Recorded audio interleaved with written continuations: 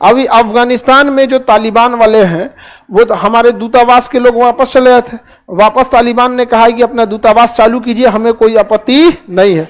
तो भारत सरकार ने दूतावास वापस चालू कर दिया। अफगानिस्तान में तालिबान जब से आई है उनको विदेश में बात कैसे करना है पता नहीं है।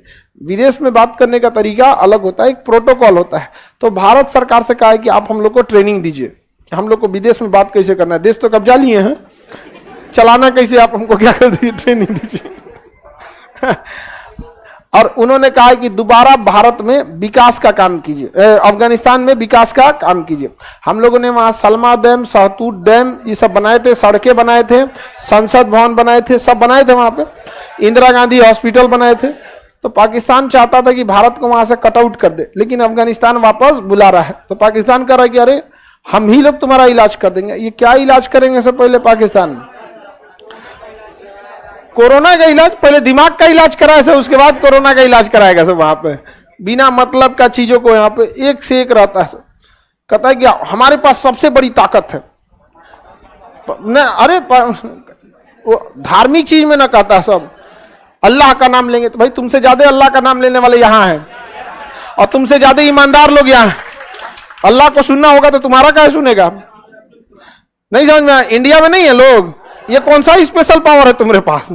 उससे ज्यादा लोग यहाँ पे रहते हैं, लेकिन वो ना इमोशनल कार्ड खींचता है। बिना दोस्ती, बिना पैसा खर्च किए अगर किसी को जोड़ना है तो उसके लिए सबसे इजी रास्ता होता है धर्म। दोस्ती के लिए कुछ ना कुछ करना पड़ता है, समझ में? रिश्तेदारी के लिए कुछ ना कुछ सुख दुख में खड़ा करना पड़ता है। और धर्म ऐसा है ना, बिना कुछ के लिए जोड़ देता है।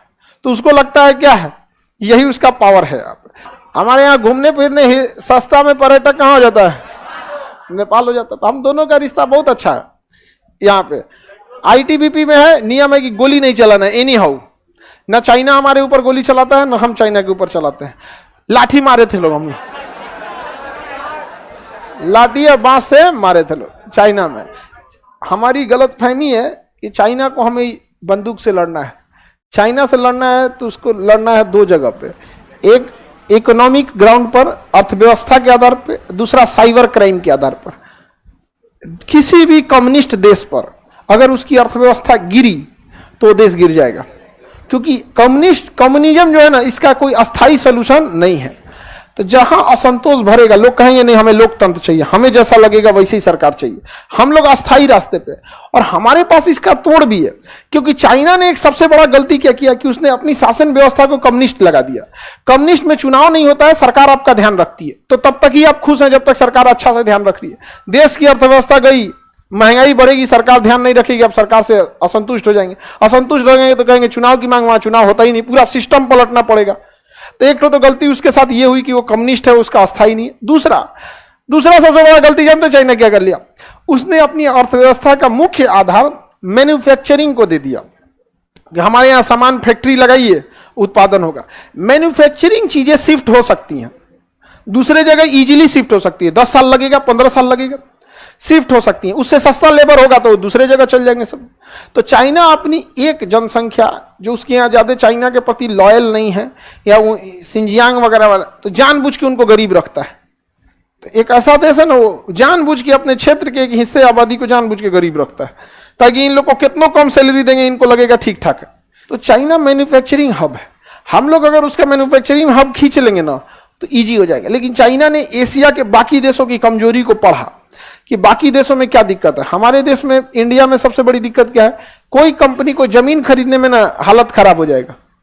चाइना ने कहा कोई दिक्कत नहीं, आपको कितना जमीन चाहिए हमको बोल दीजिए, हम पहले से खरीद के रखे हैं जमीन। चाइना ने डिसाइड कर दिया कि इस एरिया में इंडस्ट्री लगेंगे, वहां जमीन पहले से खरीद के रख दिया। अब पब्लिक से नहीं लेना है, इस वर्कर मिलेंगे, वहां कोई मजदूर स्ट्राइक नहीं कर सकता। हमारे यहाँ डालमिया सीमेंट फैक्ट्री मजदूरों को चढ़ा के हई मांग पूरा करो, हई करो, हऊ करो, ये मांग वो मांग, नेतागिरी में मजदूर को नेता बना दिया। सब बंद हो गया, फैक्ट्री बंद हो गया। रोहतास में जाके देखिए, सासाराम, डालमिया, रोहतास, तो वहां पे चाइना में बहुत ज्यादा ये सब चीजें। अगर चाइना की अर्थव्यवस्था गिरी तो वो कम्युनिस्ट देश टूटेगा, तब यहां से जाएगा कौन? आईटीबीपी।